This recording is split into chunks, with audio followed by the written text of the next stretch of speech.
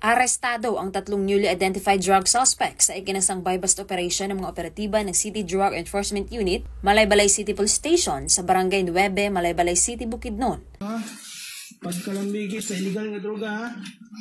Ano na may katungod sa pagpakailon, tanan ni sulting nyo, bato ka na mo, may magbidin sa bisang asang korte sa Pilipinas. Apan nilin nyo, ano na may katungod, pagpilog o abogado, ngayon ang gusto. Apan dili nyo kaya ang gobyerno matagan nyo libre para kaninyo, para mutabang. Nasabta niyo ang katungod.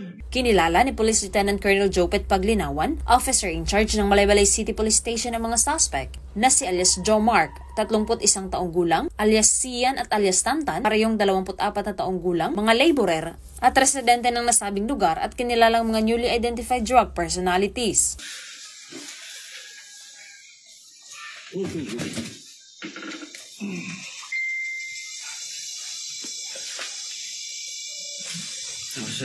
Bandang 1:00 ng hapon nang ikasa ang operasyon at nakuha ang mga pakete ng hinihinalang shabu, isang 500 peso bill na ginamit bilang buy-bust money at iba pang mga drug paraphernalias. Nahaharap ang mga suspect sa kasong paglabag sa RA 9165 o Comprehensive Dangerous Drugs Act of 2002. Mula dito sa Northern Mindanao, ako ang inyong Police News Network Correspondent, Patrolwoman Risa Sahonyo, alagad ng batas, tagataguyod ng Balitang Pulis.